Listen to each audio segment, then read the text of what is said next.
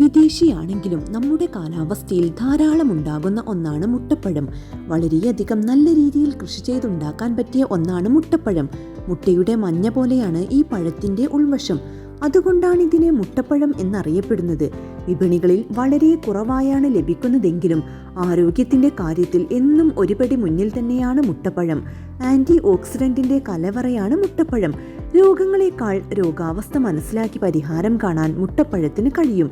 നാട്ടുവഴികളിൽ ധാരാളമായി കാണപ്പെടുന്ന ഒന്നാണിത്. സൗന്ദര്യത്തിന്റെ കാര്യത്തിലും ആരോഗ്യത്തിന്റെ കാര്യത്തിലും ഒരുപോലെ മുട്ടപ്പഴം ആരോഗ്യകരമാണ്. വൈറ്റമിൻ എ, നിയാസിൻ, കരോട്ടിൻ തുടങ്ങി നിരവധി പോഷകങ്ങൾ മുട്ടപ്പഴത്തിൽ അടങ്ങിയിട്ടുണ്ട്.